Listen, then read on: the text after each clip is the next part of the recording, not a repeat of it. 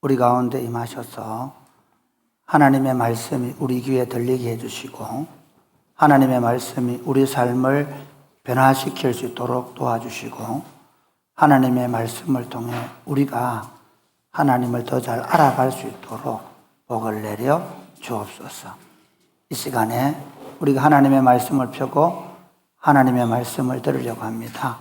전능하신 하나님 말씀하여 주옵소서.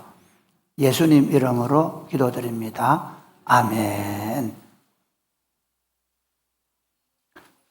오늘 우리에게 주신 하나님의 말씀은 마태복음 19장 16절에서 30절입니다.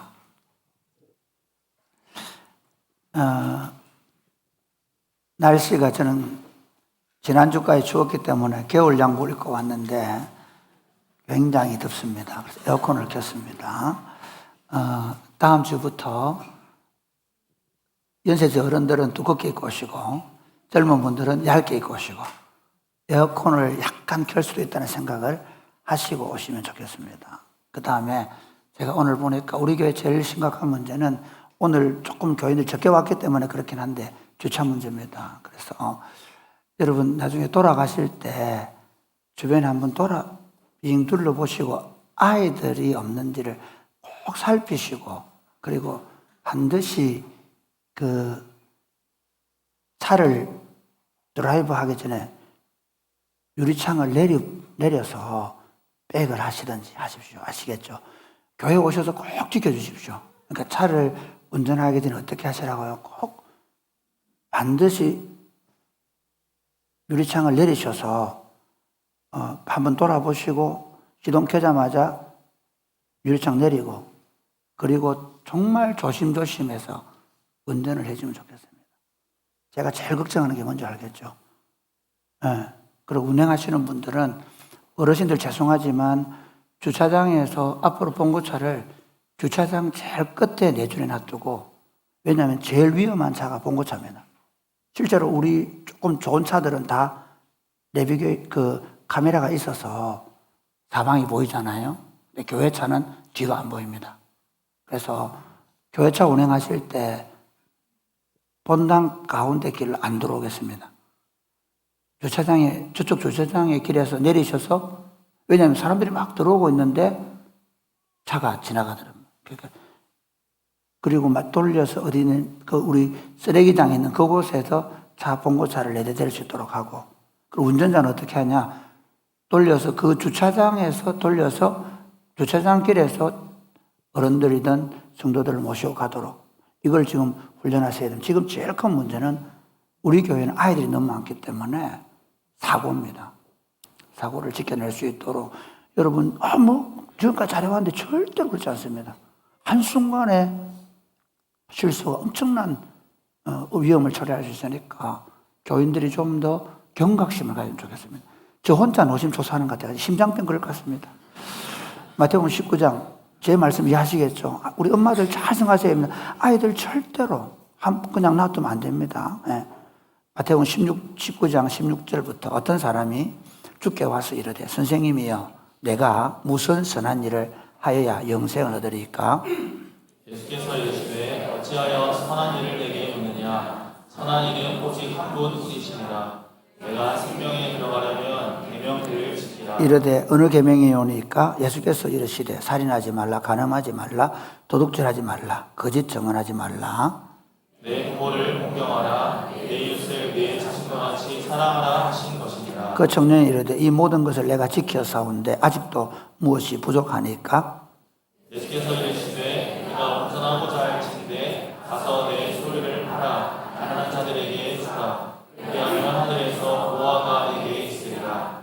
그리고 와서 나를 따르라 하시니라. 그 청년이 재물이 많음으로 그 말씀을 듣고 근심하며 가니라.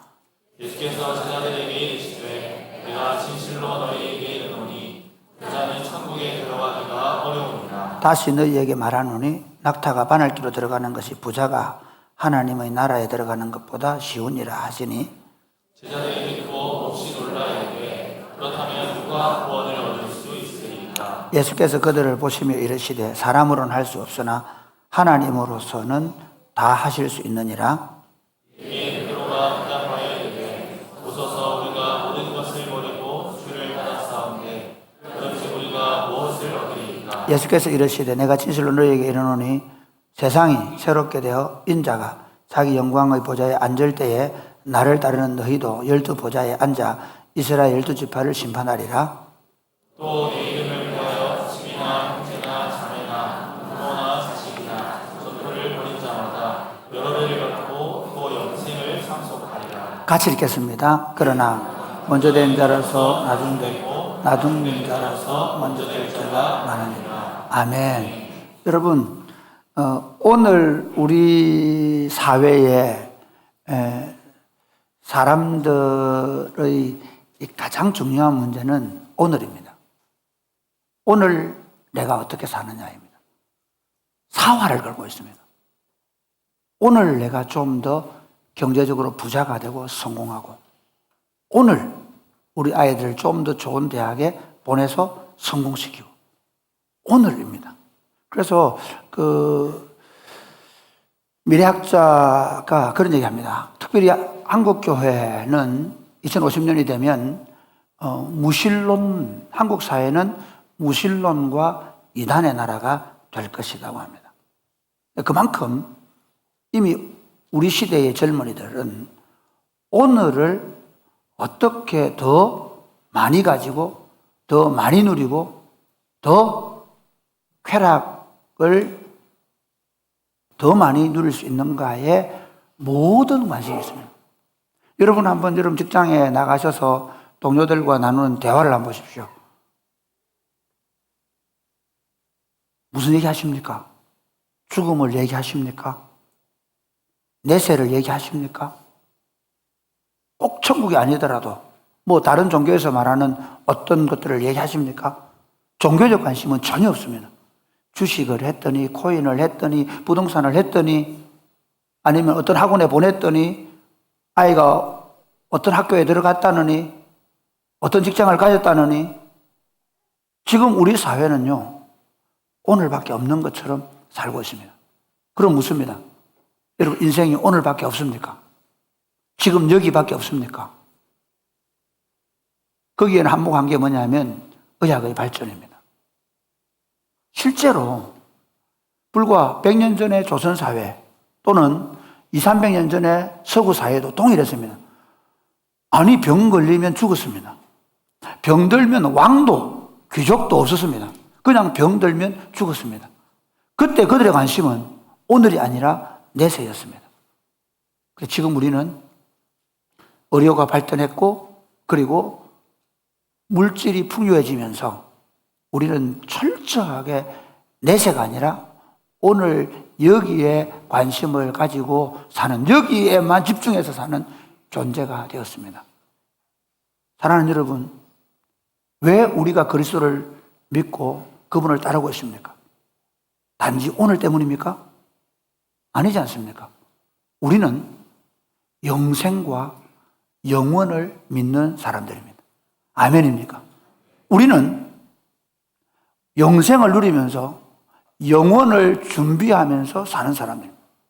우리는 비록 이 땅에서 좀 가난하게 살 수도 있고, 이 땅에 좀 불편하게 살 수도 있고, 이 땅에 여러 가지 장애나 어려움을 가지고 살 수 있지만, 그러나 우리가 하나님 앞에 섰을 때에는 완전하게 될 것이고 온전하게 될 것이고, 심지어 우리가 그렇게 살아왔던 삶에 대하여 보상을 받을 것이라는 믿음을 가지고 종말론적인 눈을 가지고 사는 존재인 줄 믿으시기를 바랍니다. 동의 안 하시네요.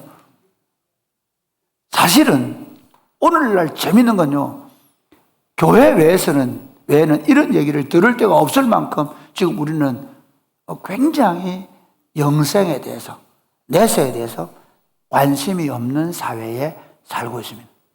그러면서 우리 자신들도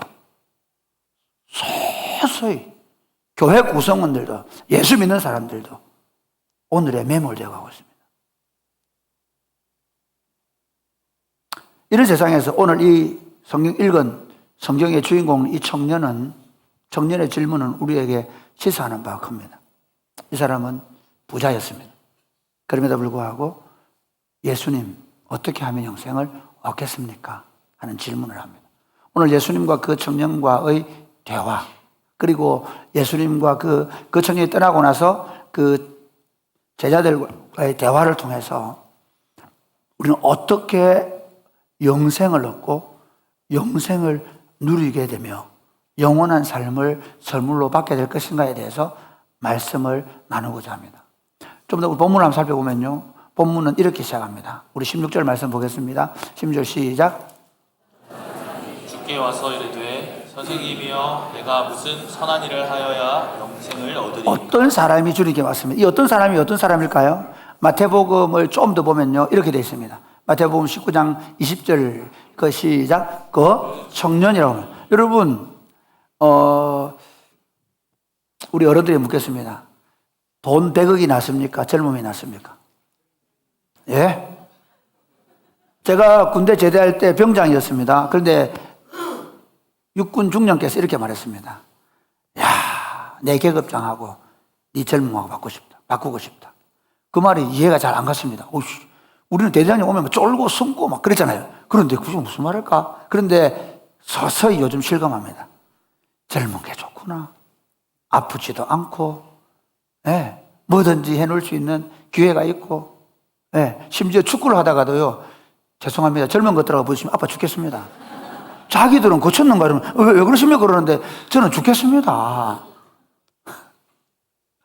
젊다는 것, 젊은 것보다도 좋은 게 없습니다. 그 다음에 이 청년이 어떤 사람인지 아십니까? 이렇게 얘기합니다. 22절 시작. 그 청년이 재물이 많으므로. 여러분, 젊습니다. 돈이 많습니다. 이건 누가 바라는 겁니까? 오늘 이 시대에 모든 젊은이가 바라는 것. 젊고 돈 많이 가지고. 지금 이 사람입니다. 그것만 아닙니다. 누가복음에 이렇게 되어 있습니다. 같이 시작. 어떤 관리가. 예, 여기 지금 누가복음, 마가복음, 마태복음이 똑같은 본문을 이렇게 기록해 놓았는데요. 거기는 아예 처음부터 어떤 관리라고 말합니다. 여러분, 우리는 뭐 지금 뭐 공무원 해도 크게, 물론 요즘도 공무원이 몇십 대 1, 몇백 대 1을 뚫고 들어가는 길이지만, 그러나 고대 사회보다는 아닙니다. 무슨 말이냐면요, 고대 사회는 안정적인 삶을 사는 방법, 또는 모든 사람들로부터 존경받고 칭송받는 방법이 뭐였습니까? 이전에 조선시대에 입식양명 그러면 과거 합격해서 관직을 갖는 겁니다. 그러니까 그 특별히 유대사회가 종교사회인데요. 종교사회는 율법을 공부해서, 그래서 그 기서 인정을 받아서 종교적인, 뭐 예를 들면 사내들인 공회의 지방이든 또 그 예루살렘이든 사내들인 공회 의원이 되어서 그들의 관리 역할을 할 수 있다면 그건 엄청난 거죠. 그런데 자 보십시오. 이 사람 다 가지고 있습니다. 젊습니다. 엄청나게 돈이 많습니다. 큰 부자라고 누가 보면 되어 있습니다. 그 다음에 어떻게 해요? 그 다음에 관직이 있습니다. 지금 우리하고 너무, 지금, 자, 보세요. 한 30살 정도 된다. 그런데 그 친구가, 예, 5급 공무원 시험 합격을 했다. 그런데 그 친구가 돈이 많아가지고 강남에, 예, 산다. 어떻겠습니까? 거기다가 이 사람이 더 놀라운 게 있습니다. 마가복음에 보면 이 사람 뭐라고 하냐면요, 이 사람이 똑같은 본문이거든요. 읽어보실래요? 시작. 예수께서 길에 나가실새 한 사람이 달려와서 풀어앉아 묻자오되 선한 선생님이여. 예, 선한 선생님이여. 그러니까 이 사람이 뭐가 있습니까? 겸손하기까지 한 거예요. 그러니까 여러분, 만약에 사람이 꼽히는 교회에 오늘 이 주일날, 자, 5급 공무원 합격하고 나이 30대 초반에, 예, 엄청난 한 몇백억 되는 부자, 돈을 가지고 있는 청년이 왔다. 오늘 우리 권사님들 난리 날 겁니다. 사위 삼겠다고, 우리 나이 드신 권사님은 손주 사위 삼겠다고 난리 날 겁니다. 안 그래요? 거기다가 얼마나 겸손한지 예수님 앞에 무릎을 탁 꿇고, 선한 선생님. 그 당시 사실 예수님 잡으려고 혈안이 돼 있었잖아요. 그 관리들이. 그런데 그분을 알아보기까지 했습니다. 그의 질문이 뭡니까? 어떻게 영생을 얻겠습니까? 왜냐하면요, 그 당시에 이 바리새인들, 그리고 그 신명기적 사관에서 보면요, 굉장히 이 사람은 성공한 사람입니다. 성경적으로 성공한 사람입니다. 그들은 그러니까 하나님께 주시는 복으로 부와 명예와 권세를 생각했습니다. 그러니까 성공한 사람이 예수님께 그 당시 가장 큰 아젠다 중에 하나가 어떻게 영생을 얻을 수 있는가였거든요. 그 질문을 예수님께 합니다. 아마 모든 사람들이 랍비를 만나면 어떻게 영생 얻습니까? 예수님께 영생 얻는 거에 대해 얘기를 많이 하잖아요. 그러니까 어떻게 영생 얻습니까? 이런 얘기를 다시 물어봤습니다. 근데 예수님 어떻게 대답하시는지 아십니까?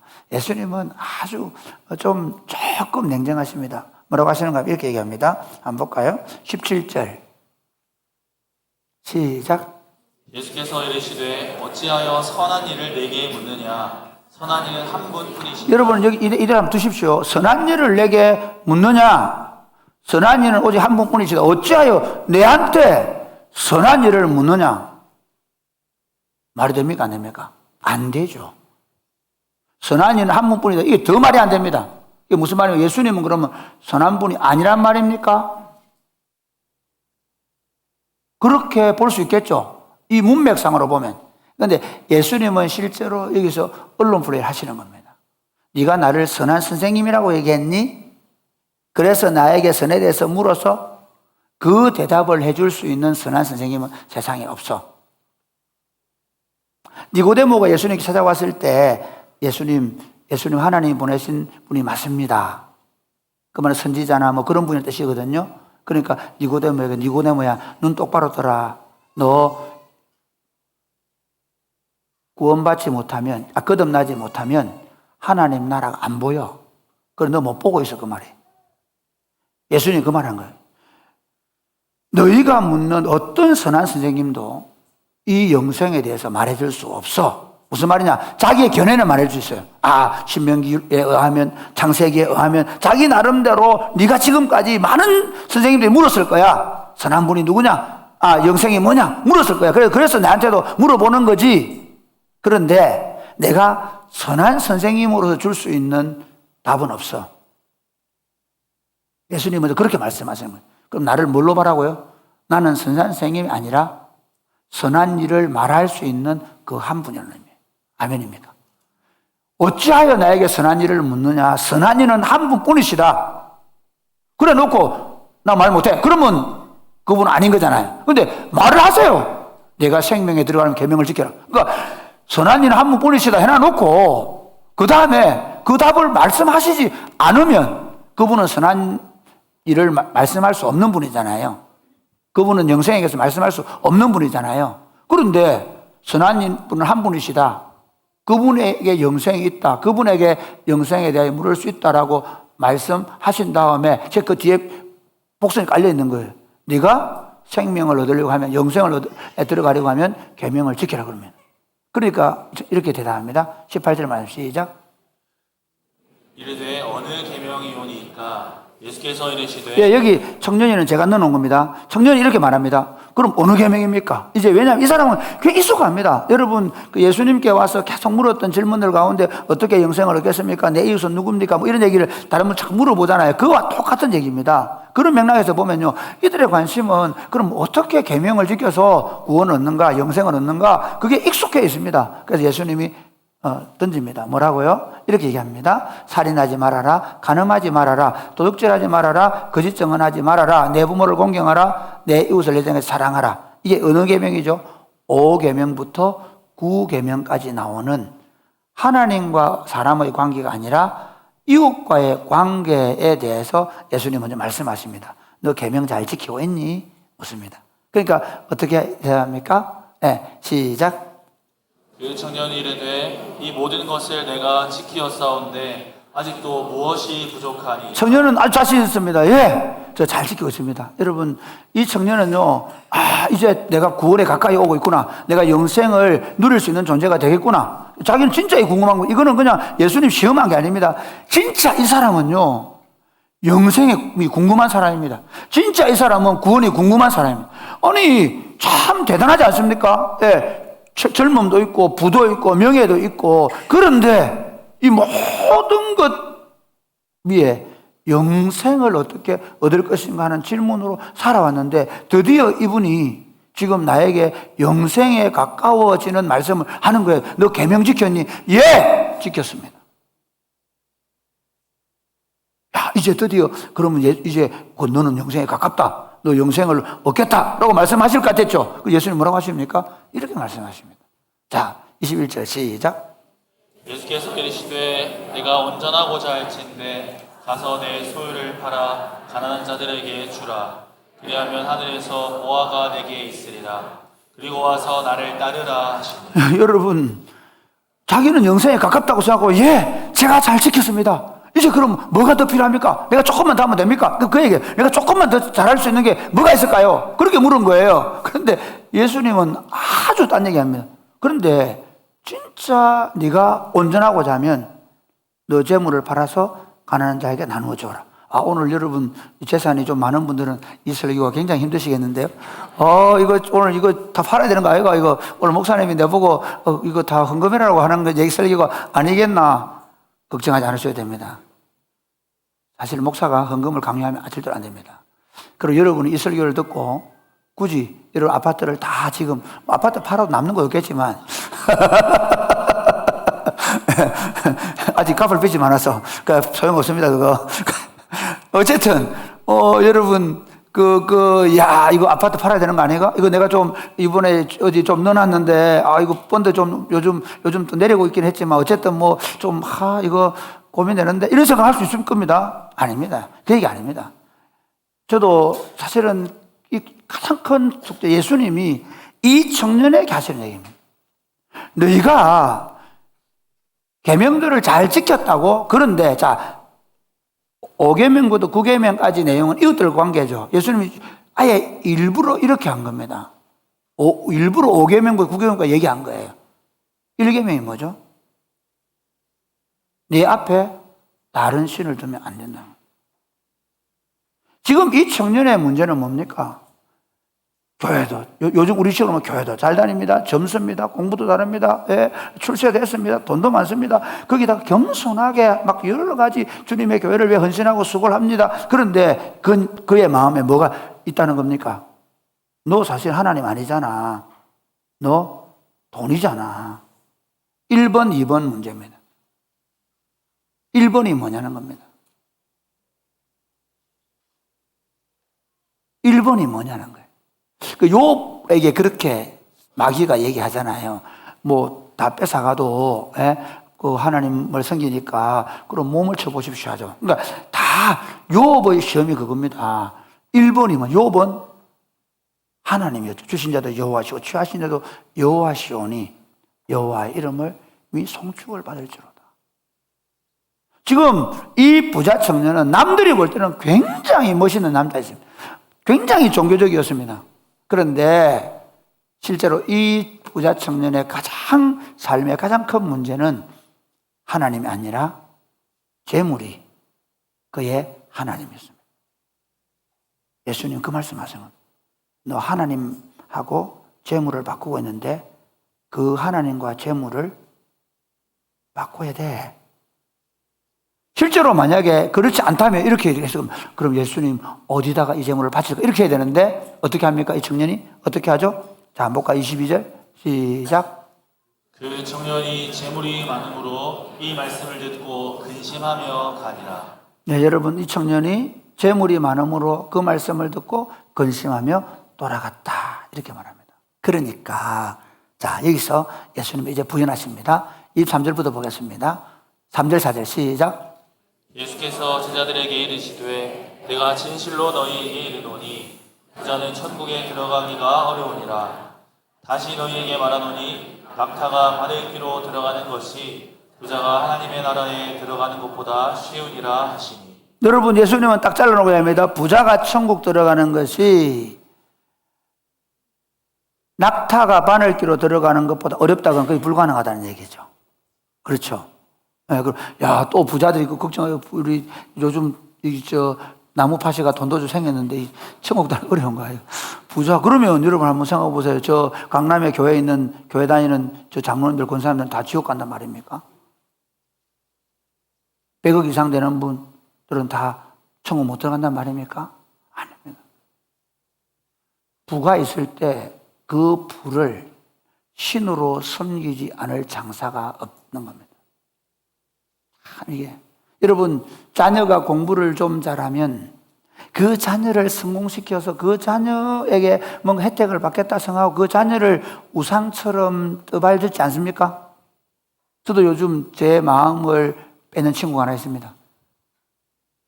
아이들한테는 별로 제가 투자를 안 했는데 다섯째에게는 엄청 투자를 하고 있습니다.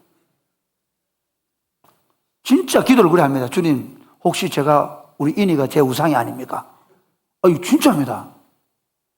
그놈이 서서히, 나이도 들었죠. 막내가 있는데 그 막내가 운동도 잘하죠. 하는 거 보면 막 깜빡깜빡 또 제가 좋아하는 축구를 좋아하지 않습니까? 배드민턴이라든지 농구는 좀 잘할 텐데. 정말 여러분, 제가 이 얘기입니다. 이렇게 해서 재능이 있는 자식을 둔 사람은 천국 가기가 어려운데 낙타가 바늘길을 들어가기 어렵다. 공부를 잘해서 서울대를 가고 그리고 그 아이가 지금 막 성공을 거두고 있는 자식을 둔 부모는 천국 가기가 어렵다 하는 말하고 똑같은 겁니다. 마음이 뺏긴다는 거예요. 지금 여러분 마음을 뺏는 건 뭡니까?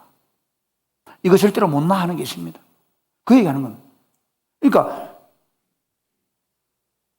그런데 재밌는 건요, 이게 제자들의 반응입니다. 제자들 한번 볼까요? 제자 23, 5절 시작.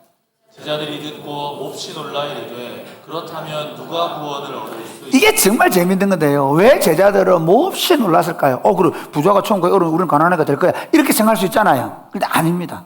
왜냐하면요, 그 당시에 이 신명기적 사관을 가지고 있는 유대인들은요, 말씀드렸죠. 부자고 권세도 하나님께로부터 왔기 때문에 하나님께 이만큼 복받은 사람이 없다고 생각하는 거예요.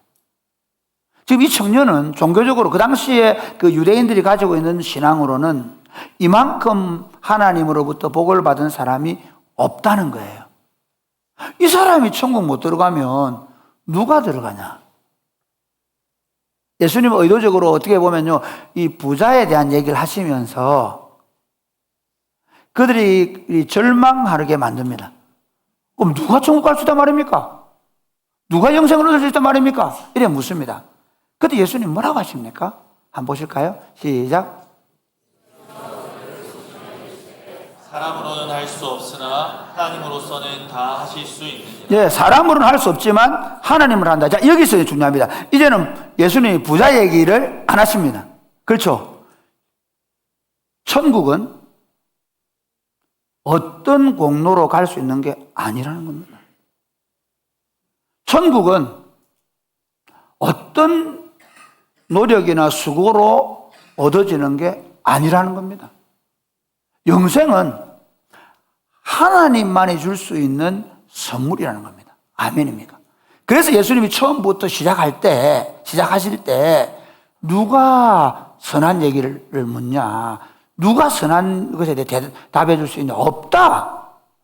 하나님밖에 없다. 영생에 대한 답은 하나님만이 줄 수 있다. 어떤 랍비도, 어떤 샴마이 핫바든 아니면 힐렐이든 누구도 줄 수 없다. 내가 영생을 주러 왔다는 겁니다. 아멘입니까? 나를 신뢰하고 따를 때 영생이 주어지는 거라는 겁니다. 아멘입니까? 그래서 베드로가 이렇게 묻습니다. 자, 베드로가 27절 시작. 이에 베드로가 대답하여 이르되 보소서 우리가 모든 것을 버리고 주를 따라 싸운데 그런즉 우리가 무엇을 얻으리까? 네, 우리가 주님을 쫓기로 했습니다. 주님을 따라 나섰습니다. 그럼 우리가 얻는 게 뭡니까? 묻습니다. 28절 시작. 예수께서 이르시되 내가 진실로 너희에게 이르노니 세상이 새롭게 되어 인자가 자기 영광의 보좌에 앉을 때에 나를 따르는 너희도 12보좌에 앉아 이스라엘 12지파를 심판하리라. 그러니까 영생을 얻는 방법이 뭡니까? 자기들이 보는 종교적 기준으로 어떤 율법의 말씀을 잘 지키고 어떤 일에 헌신하고 수고해서 얻는 게 아니라 어떻게 해요?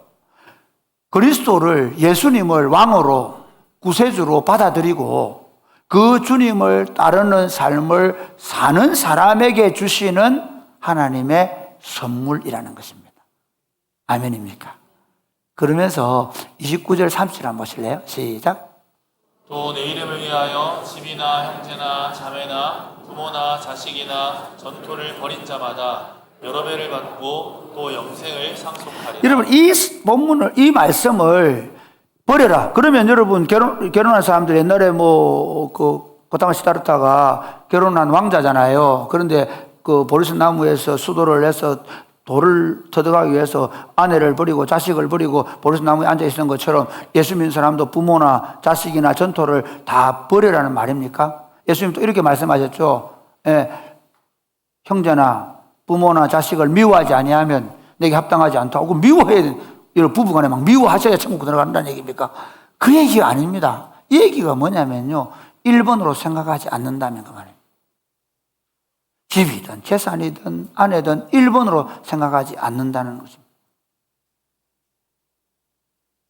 하나님을 1번으로 생각하는 사람, 하나님의 전적인 은혜를 받아들이고 이제 그분을 위하여 직장생활하고 공부하고 밥을 먹는 것도 직장생활하는 것도, 그러니까 이런 의미입니다. 그러면 다 하나님께 다 바쳐라. 아닙니다. 여러분 직장생활하러 갈 때 세상 사람 어떻게 합니까? 이거 돈 많이 벌어가지고 뭐 더 어떻게 살고 그렇게 생각. 우리는 어떻게 하냐? 내가 직장에 가서 하나님께서 맡기신 문화적 사명을 감당하는데, 여러분이 배운 것 가지고 여러분 문화적 사명을 감당합니다. 예, 그러면서 이웃을 도와줍니다. 그게 문화적 사명입니다. 사람들을 행복하게 해줍니다. 문화적 사명입니다. 그런데 그분이 경제적으로 잘 살게 하고 못 살게 하는 그분의 뜻인 겁니다. 그리고 내 삶을 통해서 하나님의 사람은 어떻게 살아가는가를 세상에 보여주는 삶을 사는 게 그것들을 버린 삶인 겁니다. 그러니까 똑같이 직장생활하고 똑같이 더 열심히 공부하고 더 성실하게 살아갑니다. 그런데 사는 이유가 다른 겁니다.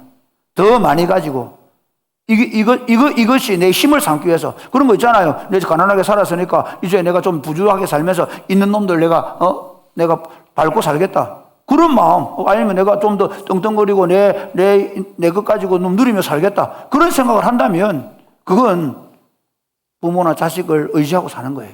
그런데 내가 열심히 수고하고 심지어 하나님께서 물질의 복을 주시고 또는 예를 들어서 사회적 지위를 주시고 그럴 수 있죠. 그런데 그때 이건 내가 더 하나님과 이웃을 위해 살라고 하시는 하나님의 선물로 받아들여서 그걸 하나님 이웃을 위해서 살아가는 겁니다. 아멘입니까?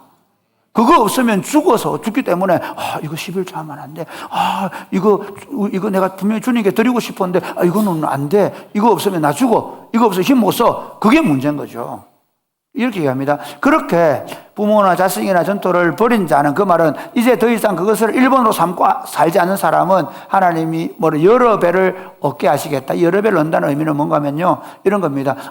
그러면 가족들을 그렇게 1번으로 안 삼으면 그럼 애를 더 많이 낳게 한단 말입니까? 그게 아닙니다.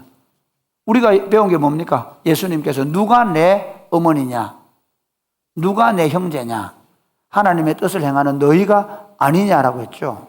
사실은 기독교인 공동체에서 가장 중요한 게 뭔가입니까? 이제 그리스도 안에서 거듭난 자들의 1번 가족은 교회 공동체입니다. 여러분 지금 예수 안 믿는 남편들이나 예수 안 믿는 자녀들을 멀리하라는 얘기는 아닙니다.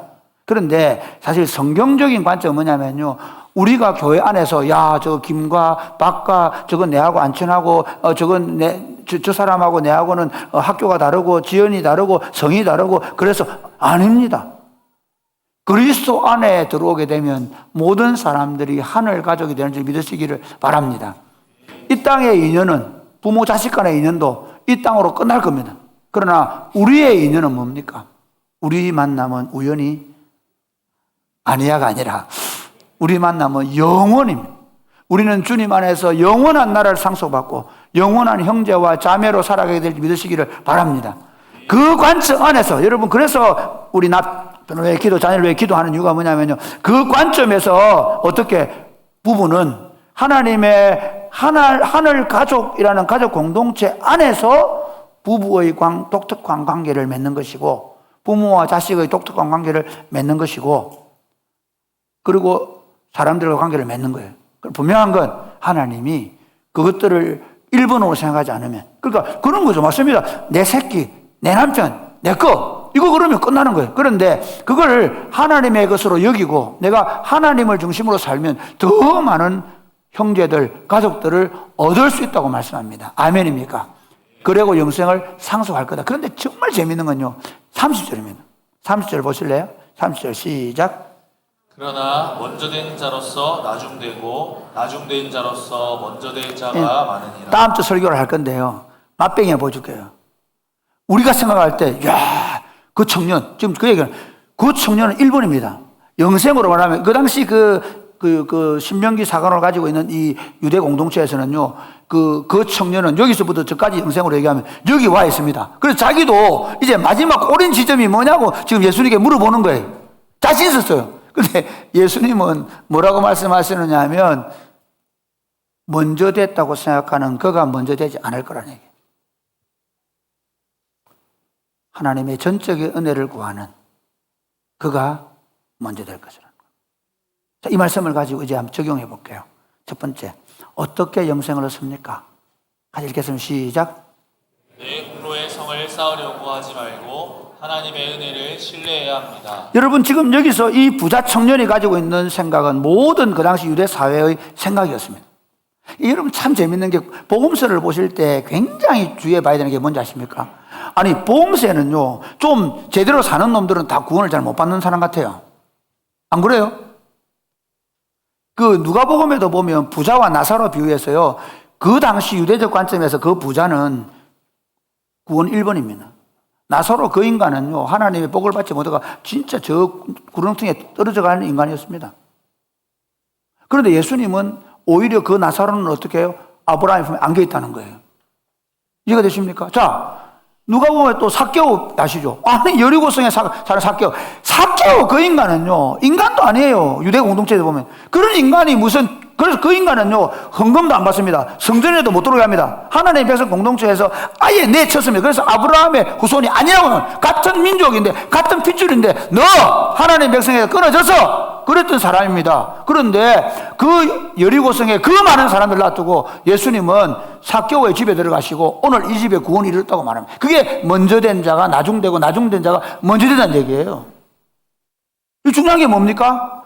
복음서가 말해주고 싶은 게 뭡니까? 예수님으로부터 시작된 하나님 나라 운동은 어떤 자기의 의로는 자기의 성을 쌓으면 쌓을수록 하나님의 나라, 하나님이 거저주시는 은혜의 나라인 영생으로 못 들어간다. 종종 그런 얘기 많이 하죠. 내가 돈 좀 있으면 교회 갈 건. 그래서 이렇게 생각해 보세요. 나는 내 같으면 뭐 교회 얼마나 하지. 내가 공부도 잘하고 말이야. 내가 돈도 좀 있고, 내가 교회 와서 헌금도 좀 많이 하고, 내가 좀 뭐 그럴 때 내가 얼마나 젠틀해. 그럴 수 있습니다. 예, 저는 제일 걱정하는 게 뭐냐면요, 한 번만에 막 임용 합격해버리고, 한 번만에 막 뭐 돼버리고, 이거 제일 걱정해야 돼요. 왜 그렇겠어요? 저는 아들들을 가능하면 안 도와주려고 합니다. 왜? 그놈의 새끼들은 악한 죄인들이기 때문에 잘못하면요, 그놈들은 조금만 잘 살게 돼도 이 정도면 내가 뭐 안 괜찮나? 이 정도면 내가 뭐 교회 와서 이렇게 열심히 봉사도 하고 내가 이렇게 하는데 안 괜찮나? 아니요. 구원의 영번 순서가 뭔지 아십니까? 나는 파선한 자예요. 나로서는 안 됩니다. 나는 죽었다 깨어나도 구원 받을 수 없는 인간입니다. 그래서 하나님 아버지가 맞습니다. 하나님 아버지가 옳습니다. 예수 그리스도를 보내신 아버지가 옳은 거예요. 아멘입니까? 아니, 우리 행위로 구원 받을 수 있으면 왜 그분이 그 일을 했어야 됩니까? 하나님 아버지가 옳습니다라고 말할 수 있는 길은 아무리 내가 잘 살고, 아무리 내가 부자고, 아무리 내가 신앙적으로 열심히 노력하고 수고해 왔다 할지라도 나는 빈털터리고, 나는 껍데기고, 나의 수고는 아무런 가치가 없는 것이라는 것을 인정하고, 하나님의 은혜의 손을 내미신 그 손을 턱스 붙잡고, 주님, 당신 외에는 내 인생에 소망이 없습니다라고 말하는 겁니다. 아멘입니까? 그게 영생을 얻고 영생을 누리는 유일한 방법. 두 번째, 어떻게 영생을 얻습니까? 내 삶의 왕자의 예수님을 주님으로 앉혀야 합니다. 자, 이 순서를 한번 보십시오. 내가 그 하나님의 은혜의 자리에 은혜의 손을 붙잡고 들어왔습니다. 자, 이 사람과 여러분 다음 주에 보면 알겠지만, 아니 우리한테 왜 이러십니까? 왜 우리한테는 늦게 주시고 이것밖에 안 주십니까? 라고 말하는 사람의 차이일 수 있습니다. 여러분, 이게 굉장히 중요합니다. 우리가요, 지금 이 사람, 이 부자 청년에게 가장 큰 문제는 뭐냐면요, 그가 가지고 있는 재물이었습니다. 우리는 꼭 재물이 아닐 수 있습니다. 심지어 자신의 외모가 어릴 때부터 너무 자신의 외모의 자신감, 또는 자신의 어떤 지금까지 학교에 다니면서 받았던 성적, 아니면 자신의 가지고 있는 어떤 사회적 커리어, 그런 것들이 하나님보다 우선되는 경우가 얼마나 많은지 모릅니다. 교인들이요, 이렇게 믿음을 얘기하지만 실제로 그 왕께서 요구할 때 전 그거 못 하겠는데요. 여러분을 하나님의 명령에 순종하지 못하게 하는 건 뭡니까? 그걸 내려놓을 때 영생을 누리는 겁니다. 아멘입니까? 무슨 말이냐면요, 영생이라는 건 어떤 공간적 장소가 아닙니다. 영생은 이런 관계성입니다. 하나님과의 관계인데, 그 하나님과의 관계에서 중요한 건 뭐냐면 그분의 통치를 진짜 받고 있느냐는 거예요. 심지어 우리가 예수 믿고 구원받았다고 말할 수 있습니다. 그런데 이런 경우 있다고 생각해 보십시오. 분명히 예수 믿고 구원받았습니다. 그런데 여전히 그분의 통치가 손톱만큼도 안 들어가는, 그분과의 사랑의 관계의 누림이 없는, 그냥 시키는 일, 그냥 일상적으로 내가, 특히 우리 고신교회는 주일 잘 지키고 주일 열심히 오고 그렇다면 그분에게 영생을 누리는 기쁨이 있을까? 신앙생활의 기쁨을 잃어버린 이유는 뭐냐면요, 그분과의 사랑의 관계의 누림이십니다. 왕이신 나의 하나님, 내가 주를 높이고, 그분 앞에 무릎을 꿇을 수 있어요. 화가 나는 상황에서, 내 자존심이 상하는 가운데에서 그분이 말씀하시면, 주님 옳습니다, 제가 당신의 통치에 순종하겠습니다. 오늘 현대인들이 그걸 못 내려놔요. 물질을 못 내려놔요. 특히 젊은이들이 거기에 잘 사는 사람이든 못 사는 사람이든 못 내려놔요. 그거 없으면 죽는 줄 알아요. 그 예수님께 못 나오는 거죠. 그리고 그 하늘나라에서 주는 기쁨이 없는 거예요. 왜? 그게 없으니까. 그거 없으면 자기는 안 된다고 생각하는 사람이니까. 그리고 이거죠. 예를 들어서 우리가 믿음의 사람이라고 한다면 하나님과의 관계 속에서 영생의 기쁨을 누리는 존재는 어떤 존재냐면요, 내가 좀 가난하게 되고, 이번에 내 남편이 하다가 좀 사업에 실패를 할 수도 있고, 아니 내가 우리 남편이 받는 월급이 다른 사람에 비해서 3분의 2밖에 안 되고 또는 2분의 1밖에 안 된다 하더라도 어때요? 내 기쁨은 남편의 월급이 찍히는 통장이 아니라 하나님 그분과의 관계에서 누리는, 어제 제가 결혼식 할 때 여호와는 나의 목자시니 내게 부족함이 없으리로다. 그가 나를 푸른 풀밭에 누이시며 쉴 만한 물가로 인도하시는 도다. 아멘입니까? 그분이 목자가 되시니, 그렇죠? 예. 그래서 내가 사망의 엄침한 골짜기로 다닐 때라도 해를 두려워하지 않을 것, 주께서 나와 함께 하심이라. 주의 지팡이와 막에 나를 안위하시나이다. 주께서 원수의 목전 내게 상을 차려주시고 기름을 내 머리에 부으셨으니 내 잔이 넘치나. 그러니까 매일같이 그 영생의 기쁨을 누릴 수 있다니까요. 뭐가 없어도요, 재물이 없고 명예가 없고 권세가 없고 세상이 주는 어떤 만족이 없다 할지라도 그분과의 관계만 바로 되어 있으면, 그분을 왕으로 모시고 살아가는 모든 백성에게 주시는 기쁨은 영생의 기쁨입니다. 아멘입니까? 이게 우리에게 있기 위해서, 우리에게 필요한 게 뭐냐면 그분이 우리의 인생의 왕자에 앉아 계셔요. 그 어떤 것도 그 왕자를 빼앗지 못하도록 그분 앞에 납작 엎드리는 겁니다. 마지막 세 번째, 어떻게 영생을 얻습니까? 같이 시작. 세상의 계산법을 버리고 왕이 약속하신 영광을 바라보십시오. 세상의 계산법을 버리고 왕이 약속하신 영광을 바라보자. 세상의 계산법은 어때요? 여러분 참 이거 어렵습니다. 굉장히 어렵습니다. 이건 목회 사회에서 어렵습니다. 여러분 재밌는 게요. 동기들 모임에 가면요. 벌써 죄송합니다만은 사랑이 꼽히는 교회 목사 그러면요. 그 목사 왔나? 그렇게 합니다. 그런데 저 시골에 조그마한 교회 목사님 오시면 동기들끼리도 김 목사 왔나? 그래. 잘 지내지? 안 어렵나? 혹시 내한테 후원해다 요청할 싶어가지고 버튼 손 놓고 가버립니다. 그게 세상의 계산법. 여러분 친구들끼리 한번 보십시오. 교회에서도 그럴 수 있습니다. 그래서 제가 교회에서 여러분 혹시 여러분 자녀들 가운데 S대를 입학하시더라도 절대 프랭카라 걸면 안 됩니다. 오히려 이게 굉장히 우리도 이게 교회 안에도 얼마나 세속이 많이 들어와 있냐면요. 잘못하면 그 집 애가 어느 대학 다니는데 그 집 애가 뭐 한대. 아니요. 저는 종종 그 얘기 합니다. 아니, 방과학교 다녀도 공부 잘할 수 있습니다. 그 얘기 합니다. 왜? 너무 그걸 보니, 그래서 방과학교 다니면 뭐 합니까? 다 공부도 못하고 다 땡인데 그렇게 하니까. 사실은 지금 땡으로 가르쳐야 됩니다. 그 얘기 좀 할게요. 여러분, 이미 지식과 정보를 가지고 사는 사람들은 망해가고 있습니다. 공부를 자꾸 너무 많이 잘하는 사람들은 고민을 많이 해야 됩니다. 왜? 이 지식 정보는 이미 AI가 다 가져갔거든요. 지금은 어떤 아이가 성공할 수 있냐면요. 방과학교에서 체력 많이 키운 애들. 그래가지고요. 막 정글 속에 들어가고요. 그 다음에 뭡니까? AI 못 들어가는 거 하는 거 있잖아요.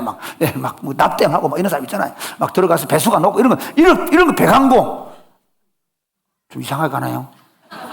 진짜입니다. 지금, 지금 울산 공장에 현대자동차의 직원들이 갑자기 가하 때문에 조립 로봇 때문에 다 나올 판이야.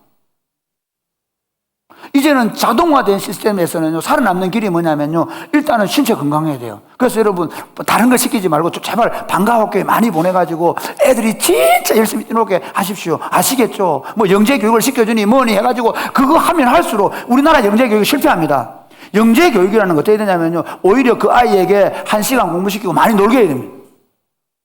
많이 보게 해야 됩니다. 많이 만지고 많이 경험해야 합니다. 그래서 건강한 놈, 사회성 좋은 놈, 거기서 그 사회성 속에 길러질 리더십을 가지고 우리 아이들, 저는 이거 AI 시대가 오면서 우리 시대가 왔구나. 이거 결국 재소가 가는데 지금 저는 진짜 사랑이 꼽히는 교회 드디어 방과학교 애들이 이제 이 시대를 지배하겠다. 내 꿈꾸던 세상이 오는구나. 할렐루야. 진짜입니다. 됩니다. 근데 제가 얘기는 어디까지 이거 제발 그래서라도 좀 하나님께 맡겨놓으십시오. 제발. 지금 세상이 바라보는 계산법으로 바라보면 저는 제가 볼 때 실제로 우리 아이도 안 됩니다. 그런데 더 우리가 교회 안에서 세상적인 눈으로 사람을 바라보고 평가하고 하지 않았으면 좋겠습니다. 우리 자신의 인생도 마찬가지입니다. 나는 공부를 못하고, 나는 가진 게 없고, 나는 우리 직장이 어떻고, 아닙니다. 남들이 볼 때, 저 친구, 보통 그럴 수 있잖아요. 장로님들 중에, 저는 공부도 잘해가지고, 저는 돈도 많고, 저는 하는 일마다 잘 되고, 교회 와서도, 이렇게 할 수 있잖아요. 그게 나중 될 수 있습니다. 왜? 그 교만함 때문에. 하나님을 의지하지 않을 수 있습니다. 여러분 자녀들이 똑똑하고 잘났을 때 이거 고민해야 됩니다. 그런데 여러분, 우리 계산법은 뭡니까? 적은 것이라도 보잘것 없어도 나는 나를 위해 살지 않습니다. 저는 주님을 위해 삽니다. 제 인생은 주님을 기쁘시게 하는 삶을 살겠습니다. 그렇게 자신을 드린 자들에게 하나님의 교회의 아름다운 영광을 누리게 할 것이고, 그리고 영생을 선물로 주겠다고 약속합니다. 말씀을 맺겠습니다. 사랑하는 여러분, 여러분의 관심은 어디 있습니까? 사실 오늘 우리 어르신들은요, 그래도 참 하늘나라에 대한 분명한 믿음을 가지고 걸어오셨는데 저는 40대 이하들 의심스럽습니다. 여러분의 관심 어디 있습니까? 좀 더 잘 되고 좀 더 괜찮아 보이는 좀 더 나은 삶을 오늘 살아가는 게 목표입니까? 오늘 여러분의 생각을 바꿀 수 있게 되길 바랍니다. 영생을 얻고 영생을 누리며 그 영원한 하나님 앞에서는 그것을 여러분의 삶의 목표로 삼고 거기에는 우리 힘, 우리 노력으로는 도달할 수 없으니 우리 재물이나 우리가 가지고 있는 어떤 것 도달할 수 없으니 하나님이 거저주시는 은혜를 날마다 갈망하면서 신앙이라는 건 한 번으로 끝나는 게 아니라 끊임없이 그 일을 갈망하면서 그럼 어떻게 해요?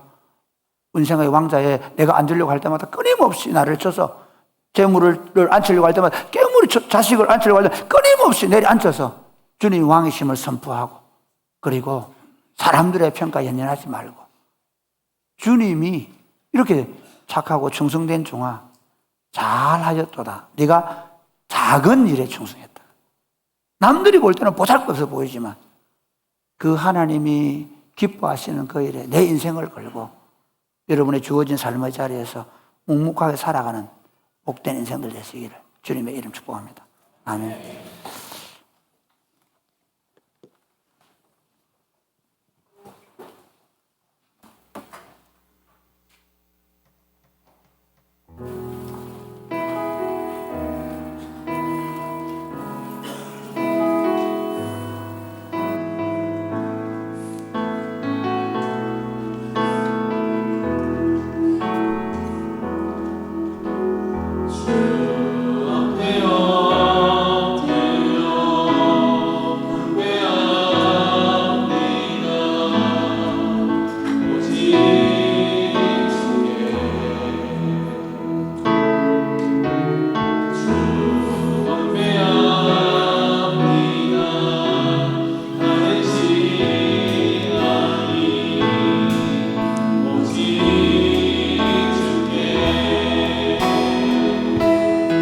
다 일어나실까요?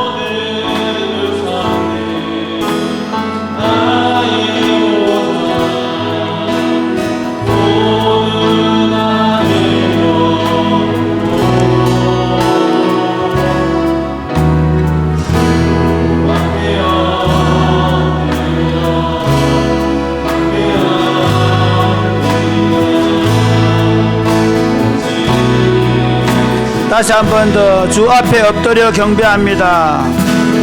주 앞에 엎드려 경배합니다. 오직 주께 주 경배합니다.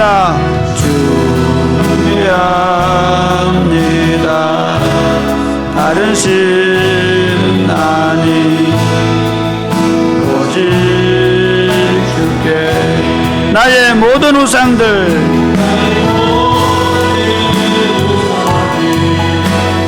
나의 보좌 아우두 다 내려놓고 주 앞에 엎드려 주 앞에 엎드려 경배한 다시 한 번 더 손을 들고 할까요? 주님, 내가 주님 앞에 엎드립니다. 우리 내가 손을 들고 주 앞에 엎드려 주 앞에 엎드려 경배합니다.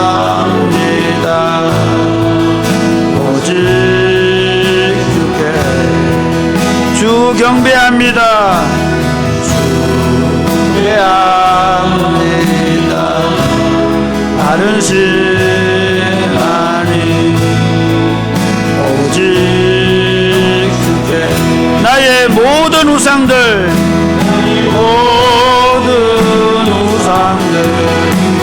나의 보좌 모두 다 내려놓고 주 앞에 엎드려 주 앞에 엎드려 경배합니다. 오직 주께 사랑하는 여러분, 우리는 주님이 주신 그 영생의 선물을 어떻게 얻었습니까? 오직 은혜로 얻은 것 아니겠습니까? 우리가 자랑할 수 있는 게 뭐가 있습니까? 그 주님이 주신 그 영생을 혹시 아직도 경험하지 못한 분 계십니까? 예수 그리스도를 구주와 주님으로 받아들이고 그저 주시는 하나님의 은혜의 내미시는 손을 우리 영혼이 파선한 자로 우리 자신을 내려놓고 그 손을 붙잡을 때 주님 주시는 영생을 누리게 될 줄 믿으시기를 바랍니다. 이미 여러분 예수 그리스도를 통해 이 영생을 누리고 그 왕국에 들어왔다면 여러분은 지금 그분을 왕으로 모시고 그 왕의 통치에 굴복하고 계십니까? 그래서 세상적 기준이 아니라 그 하나님의 기준 아래에서 내게 맡기신 삶의 영역 가운데서 그 하나님의 통치를 실현시키며 살아가고 계십니까? 하나님 아버지, 우리 삶을 그렇게 살아내게 하여 주옵소서. 기도하겠습니다. 하나님 아버지 감사합니다. 우리를 사랑해 주시고 우리를 예수 그리스도 안에 주님의 통치 앞에 우리 자리에 내려놓을 수 있도록 보시심을 감사합니다. 아버지 하나님, 우리로 하여금 이 하나님의 통치를 우리가 받아들이고 누리고 이 하나님의 통치 아래 살아가게 하심을 감사합니다. 우리의 주신 이 영생의 선물을 우리가 받아사오니 이 영생의 선물을 함께 누리며 이 함께 하나님을 세워가는 복을 주셔서 감사합니다. 아버지 하나님, 우리 안에 하나님을 왕으로 모신 그 믿음이 흔들리지 않도록 오늘날 많은 사람들이 재물을, 명예를, 자신의 어떤 것들을 자신의 인생의 왕좌에 앉아놓고 있는 이 시대 속에서 우리의 왕이 하나님뿐이심을 날마다 고백하며 믿음으로 살아갈 수 있도록 주님 도와주옵소서. 하나님 아버지, 우리가 거저 주시는 하나님의 은혜에 우리의 손을 내밉니다. 주님이 파선한 자 같은 우리를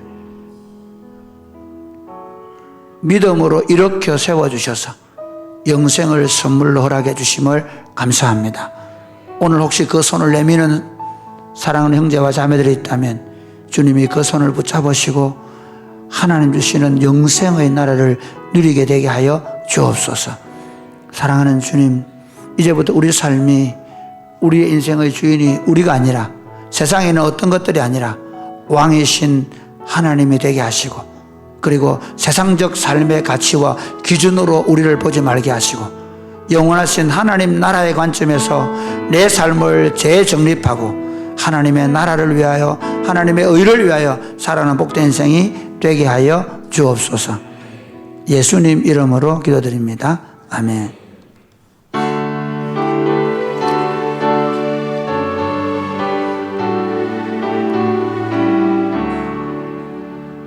내게 있는 모든 것을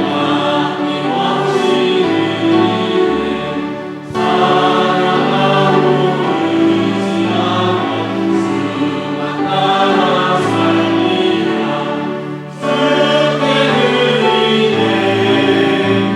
주께 드리네 사랑하는 구주 앞에 모두 드리네. 아멘. 이 시간에 봉헌 기도는 제가 하고 강복 선언은 이번 노예 안수를 받은 임평강 목사님이 하겠습니다. 하나님 아버지 감사합니다. 주신 은혜가 너무 크고 놀라워서 우리가 주님 앞에 물질을 가지고 와서 드립니다. 세상은 다 물질을 신으로 모십니다. 그런데 우리가 구별하여 11조를 드리고 주일 헌금을 드리고 감사헌금을 드리며 여러 형태로 주님 앞에 물질을 드리는 이유는 이것이 우리의 신이 아니라 하나님이 우리의 신임을 고백하는 것입니다. 우리의 고백을 받으시고 하늘에 속한 모든 신령한 것과 땅에 기름진 것으로 채워주시되 경제적으로 어려우신 분들에게 필요를 채워 주옵소서. 특별히 육신과 영혼과 정서의 아픔이 있는 분들을 위해 기도합니다. 내가 나사렛 예수 이름으로 명하노니 질병의 권세, 어두움의 권세, 저들의 정서와 육체를 누르고 있는 악한 영의 권세는, 질병의 권세는 예수 이름으로 떠나갈지어다. 주 예수님 강건케 하시고 저들의 육체와 정서가 맑아지게 하시고 온전하게 회복되게 하여 주옵소서. 예수님 이름으로 봉헌 기도드립니다. 아멘. 주의 복을 받겠습니다. 주 예수 그리스도의 은혜와 하나님의 사랑과 성령의 교통하심이 너희 무리와 함께 있을지어다. 아멘.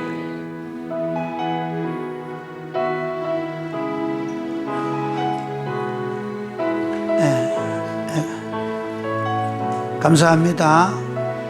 여러분들이 기도를 많이 해주셔서 우리 임평강 구예찬 목사 두 분이 신학대학원 졸업 잘하고 강로사 생활 잘하고 이제 목사 안수받게 되어서 감사히 생각합니다. 여러분 계속해서 기도에 격려 많이 해주면 고맙겠습니다. 그리고 오늘 두 사람 서 있습니다.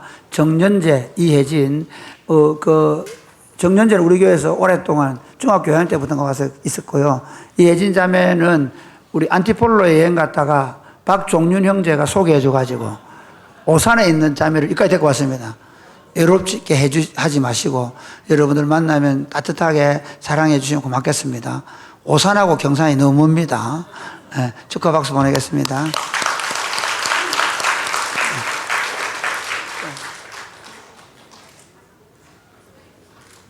네, 우리 주변에 계신 성도들과 함께 인사하겠습니다. 왕의 통치 아래로 들어가기를 결단합시다. 왕의 통치 아래로 들어가기를 결단합시다. 네, 교회 광고 드리겠습니다. 이번 주는 행복 모임 7주차입니다. 행복 모임 7주차는 여러분들이 그동안 만나고 복음 전했던 베스트들이 긍정적으로 여러분에게 반응하시면 계속해서 행복 모임과 식사 모임 등에 초대를 해주시면 되겠고, 조금 거리를 두거나 부정적으로 반응하시면 그들의 필요를 잘 찾아서 조금 거리를 두고 잘 섬길 수 있도록 해주시면 되겠습니다. 그리고 그 베스트들에게 여러분이 예수님을 만난 이야기, 예수님 만난 이후에 여러분의 삶의 변화를 겪은 이야기 등의 신앙 간증을 잘 나누어 주시면 되겠습니다. 교회 학교에서 휴대폰 사용 안내를 드립니다. 저희가 자녀들이 핸드폰을 많이 갖고 있게 되면서 예배 시간에 폰을 보는 경우들이 잦아졌습니다. 그동안 여러 차례 지도를 했었는데 이제는 핸드폰을 예배에 들어가기 전에 수거함에 넣고 예배를 집중해서 잘 드리고, 예배를 마친 이후에도 핸드폰하고 시간을 보내는 게 아니라 주변 친구들하고 대화하고 놀이하면서 시간을 보냈으면 좋겠다 싶어서 교회 학교 교육자들이 자녀들이 교회 오면 수거함에 핸드폰을 걷어뒀다가 교회 프로그램에 마칠 때 나누어 주려고 합니다. 집에서 가정에서도 잘 안내해 주시고 교육자들과 교사들의 지도를 잘 따라달라고 이야기해 주시면 저희가 자녀들을 더 말씀대로 잘 지도할 수 있도록 애를 써 보겠습니다. 세 번째입니다. 함양교회 연합예배가 이번 주는 봉전교회, 사화교회, 운곡교회 세 교회에 40여 명의 본교회 성도들이 참여 중입니다. 이번에 총 6교회를 방문했고요. 함양 지역 교회들과 전도여행, 8월 2, 3, 4, 5일 3박 4일 전도여행과 가을 시즌에 감 따는 사역까지 저희가 사랑으로 잘 교제하면서 그분들에게 복음으로 잘 섬길 수 있도록 성도들께서 함께 기도해 주시고 관심을 계속해서 가져주시면 감사하겠습니다. 네 번째, 마켓 보인동 광고입니다. 5월 10일 주일 오후 3시에서 7시까지 마켓 보인동을 엽니다. 성도들 중에 본인이 특별히 잘 만드는 음식이나 물건 등이 있으면 구혜찬 목사와 상의하셔서 셀러로 참여하시면 되겠습니다. 많이 기도해 주시고 함께 관심을 가져주시길 바랍니다. 다섯 번째입니다. 4월 20일부터 22일 2박 3일간 본교회 배준우 장진 강도사가 강도사 교육을 받으러 고려신학대학원에 출타합니다. 성도들께서 좋은 교육의 시간들 되도록 좋은 사역자로 성장할 수 있도록 기도해 주시기를 부탁을 드립니다. 교우 소식입니다. 혼인 예배 안내를 드립니다. 돌아오는 토요일에 김성민, 강예림 청년입니다. 두 명 다 본교회 출석하는 청년들인데 25일 토요일 낮 12시에 혼인 예배를 드립니다. 성도들께서 많이 참여하시고 축복하고 축하하는 시간들 되시면 좋겠습니다. 오늘 오병이어는 우기훈, 김정순 집사님 가정에서 아가잼잼이라고 하는 산후도우미 업체 개업 감사하다고 오병이어 하셨습니다. 우리 축하하고 감사하는 박수 하겠습니다.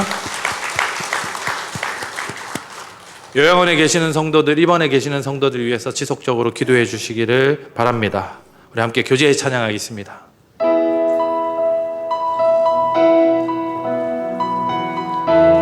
내가 걸어가는 이 길이, 우리 걸어가는 이 길이 결코 처음 밟는 길은 아니야.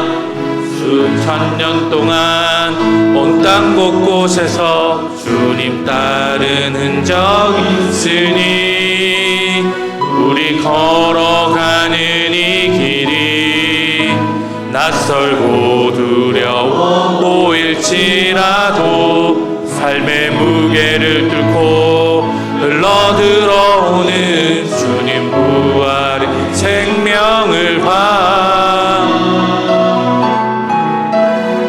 우리 함께 손잡고 가세. 조금 느리고 어려울지라도 주님 부르시 그 감격 붙잡고 손잡고 함께 가세. 우리 함께 손잡고 가세. 때론 더디고 힘겨울지라도 주님 부르실 그날을 향하여 손잡고 함께 가세. 감사합니다. 새가족 등록을 원하시거나 목사님 만나 뵙게 원하시는 성도들은 새가족실로 오시면 되겠습니다.